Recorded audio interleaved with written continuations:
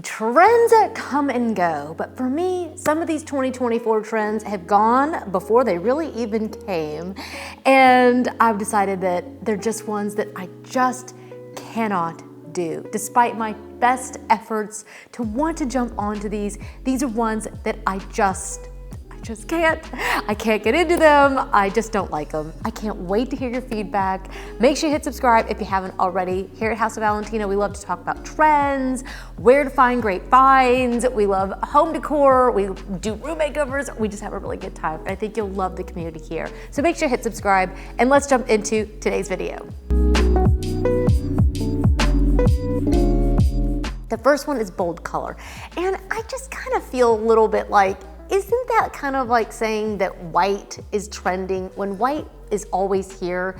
I don't know. Is bold color really something we can consider a trend for 2024? Is there really ever a time or day when bold color isn't in? I don't know. But what we see as far as design, and as a designer, when I'm looking at these sort of trends, I look at it and I say, what is trending? What are more people wanting more than ever? And I think that's what's going on with bold color. And for me, unless you consider black and white bold color, which is pretty bold, it's just not really color though, is it? It's either the absence of color or all of the colors all put together. And for me, I'm not gonna paint my fireplace a bright green. I don't crave a green tile surround. Every time I try to put green or like a bright blue, or I'm past trying hot pink, okay? I used to use all these colors. It's just that I have found what works for me. And so if you love bold color, I think you should just do bold color. I think you should just embrace this trend and go for it. But for me, I've tried it and I always get rid of it. So that's not really a good way to build a home that you really love. It should be something I think that you really love year after year, especially if you're spending a lot of money on it, maybe putting in wallpaper, putting in tile, painting out an entire room, and starting to buy furniture that matches all of this, right? Like, designing on your home can be kind of expensive, even if you're working on a budget. So my goal in everything that I'm doing is to choose things that are going to last me year after year and I won't tire of them. I can switch out the pillows, which is a good way of doing it if you like a little bit of color. You might switch out some of those pillows and try some bold color. You can buy them and return them if you put them on the sofa, right? Style them up. And if you figure out that you don't like them, then you need to return them. Otherwise, you might just be a person that loves bold color. Buy dinnerware, buy pillows, buy a rug with lots of color and just go for it. But for me, I just can't. I'm like, is this an actual thing? Like sometimes I read these things and I see them popping up like on Pinterest and stuff. And I'm like, is that really real?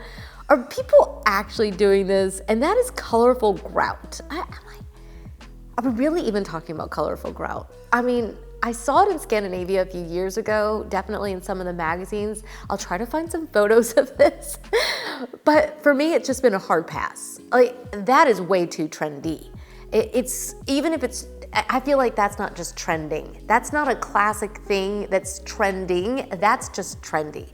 And I don't know, maybe if you just really love color or you're doing like a kid's bathroom, there's no realm for me in which I'm doing colorful grout. I'm just being totally honest with you. I just would never. I would never. Oh, am I saying that? Because every time I say never, I end up doing it.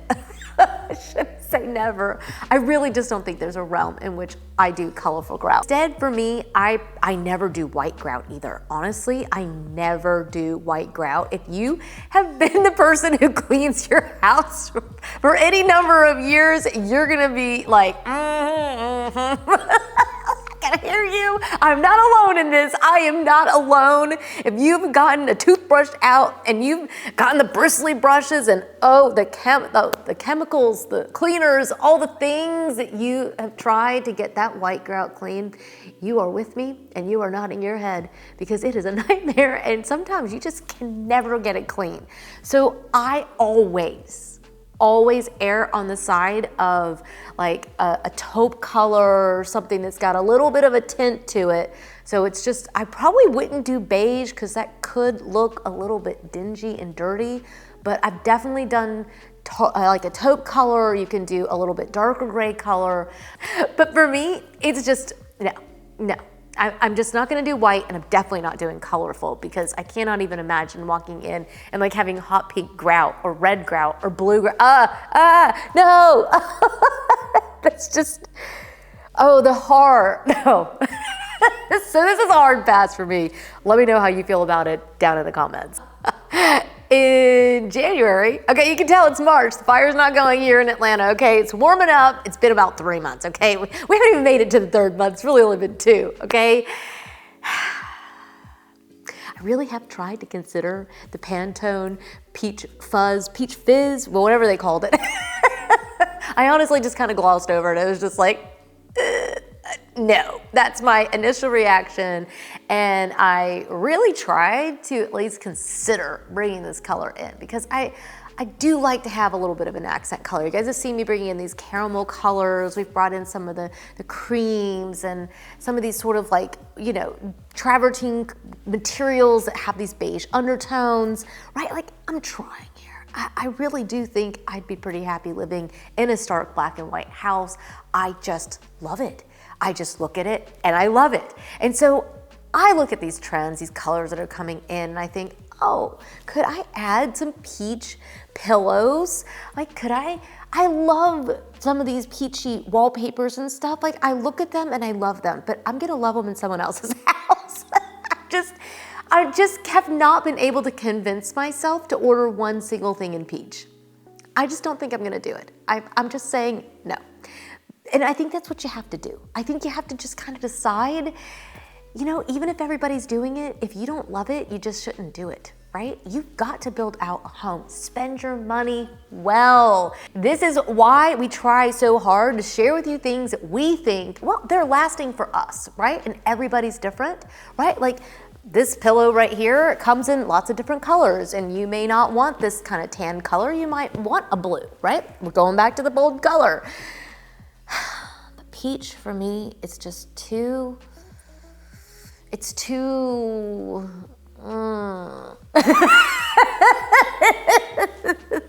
it's just too, I don't know. It's just icky. It's salmony. I feel like it's the color that like nobody really wants. We did talk about it in the last video, and if you haven't seen that one, you really should check it out. So let's just be honest with each other and just say, we're not gonna do it. Oh, I feel like we're just really ragging on the colors. We're really just ragging on colors, but everyone is saying dark jewel tones are so in for 2024, and I'm like, I just don't want to. I just don't want to do it. There's no part of me that looks at that and feels that leap of joy, right? Marie Kondo's joy. No, does it bring me joy? No, it just, jewel tones for me just feel, I don't know. I'm a person that loves luxury things. Why do I have this thing against jewel tones? I don't know. I just don't really like them. I think they're just too heavy. They're very heavy to me. It just feels like too much. It just would make me feel like the walls were just a little too heavy. I've just never really actually enjoyed jewel tones. I don't think in any house I've ever done that I've ever actually really done jewel tones. I'll try to bring in some pillows, maybe in like a deep green color, like at the holidays, but just generally jewel tones, especially as we move into spring and summer, I'm like, I don't want jewel tones at all. I don't want dinnerware in it. I don't want wallpaper in it. I don't want a rug in it. I just don't crave these colors. And so when you think about your own home, like in all these other colors, the last one's not a color. The last one's not color. Hang on. All right, just got an amazing delivery for the living channel. If you're not following my living channel, you seriously need to check it out, because we talk about all the other stuff. We talk about fashion, we talk about food, organization. Oh, it's so good. You gotta check it out, okay? But let's finish chatting about the jewel tones. Let me know how you feel about this, because I really feel like it's just too heavy for me, which I feel like is so ironic, and I'm sure some people will make fun of me because I've got a black fireplace, right? Like, I can take it, you know, whatever. jewel tones for me just don't feel, it doesn't make me feel happy. And I think we should really be in spaces that make us happy. So if jewel tones are your thing, let us know down in the comments which ones you really love, and we're gonna celebrate that with you. Let's talk about something that, I don't know if I'm gonna eat these words, but dang it, no matter how many times I try it, I just can't do it. And that is romantic style. I really hate this. I kind of actually hate myself for it a little bit, actually. I really do. I stress over these things. Does anybody else stress over these things? You guys probably don't. But as someone who makes my living doing this, I stress out about these sorts of things because I feel like I should be something. And we can talk about this down in the comments, but I think sometimes we feel like we're supposed to be a certain style. Like we have an idea of the person that we really want to be. And for me, that person is like an ultra romantic person. I want to be a floral-y person. I want to bring in florals and florals for spring. Groundbreaking. I don't do florals. I try them. I can bring in a little toile every now and then, right? But if I order florals, I always either send them back or end up just really kind of tucking them aside and not using them. I just find myself really, as the older I get, the longer I do this, the more I wish I was that person, but I'm just not. I'm a very structured person. I really like things to be in order. I don't like any level of chaos. I love the idea of a garden. I am hoping I'm gonna get mine together, but I really, like, the longer I've done all of this, the more I realize, like, even in my own garden, I really like a structured garden. I like things to be a little bit more formal. And I don't really do romantic. I don't want frilly things. I don't want to add layers of lace. Even like some of the baskets, like you don't see that many baskets around my house because even that I kind of tire of. And I've kind of have a lot of guilt related to that because I feel like that's like, it's what I wish I was. But building your house for what you wish you were is going to always lead to a level of unhappiness. So I would never wish upon someone who really loves a romantic style to live in a home like mine, for an example. Like, we always share the links to the items in our house, but ultimately on this channel, we are always trying to convince you to create a home that you really love and one that really brings you a lot of joy and one that gives you that peace, that serenity. It makes you happy. You want to celebrate in it. And for me, this is the kind of house where I wake up and I just love it. And it's not a romantic house. It's just not. I mean, sometimes I'll put on like a silky dress and this is how I feel a little bit romantic, right? But for me, that overly romantic style, the cottagecore style, even a lot of the French country, it just goes too far for me. I really just love things to be modern and clean lined. I love structure. I love things to be repetitive, right? And I love symmetry. Occasionally we'll play with asymmetry, but I really love symmetry. And I think that's what I hope what you'll really learn through this channel and from hanging out with me is how to love yourself and how to love the home that you're building for yourself and for your family around you. So for me, I'm gonna give that a pretty good pass for now. Can't say that I do love eyelet. I like to wear eyelet. I have some things, right, that feel romantic to me, and there's the crunch of like European, like the little pebble rocks and things, like the crunch of that underneath your feet. Like there's certain things that I do love from a romantic style, but even when I use them in my own style, I'm gonna use them in a very structured way. So I hope that through these, it'll just kind of give you food for thought to think about what you really like and think about whether what you're looking at online or in magazines and things is it the thing that you really love, or is it the thing that you feel like you should love? And if you can get rid of the shoulds and start getting to the stuff where you really really understand what makes you tick, I think that's when you're really gonna find a home and start creating one around yourself that you cannot even put your finger on it, you just love it. And that's how I feel in my own home right now. I've debated painting the walls, I debated painting the fireplace. I was like, maybe I should just go all beige and follow these new trends. And I'm like, no, because I love the way my house feels right now. And sure, I'll switch out some of the accessories and things, but like this lamp, that lamp came into our home and it was like so life altering. Having something sculptural like this is just like, I can't bring myself to move it.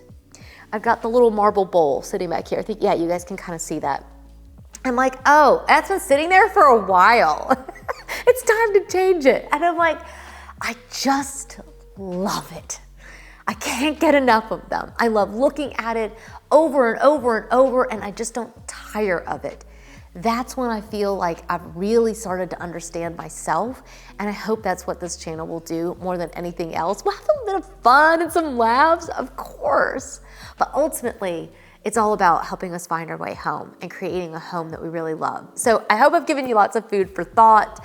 I am gonna get back to work myself. I've got some amazing projects that I'm working on. I cannot wait to share those with you. Make sure you hit subscribe if you haven't already. We have an incredible community of fellow, not even just interior designers, but just design lovers, people who are pursuing that true art of living. That's what we have here, and it's just incredible. I think you'll love being a part of it, and it's free. I mean, how many things in life are actually free? There you go. So thank you so much for joining me. I can't wait to see you in the next one. Bye-bye, guys.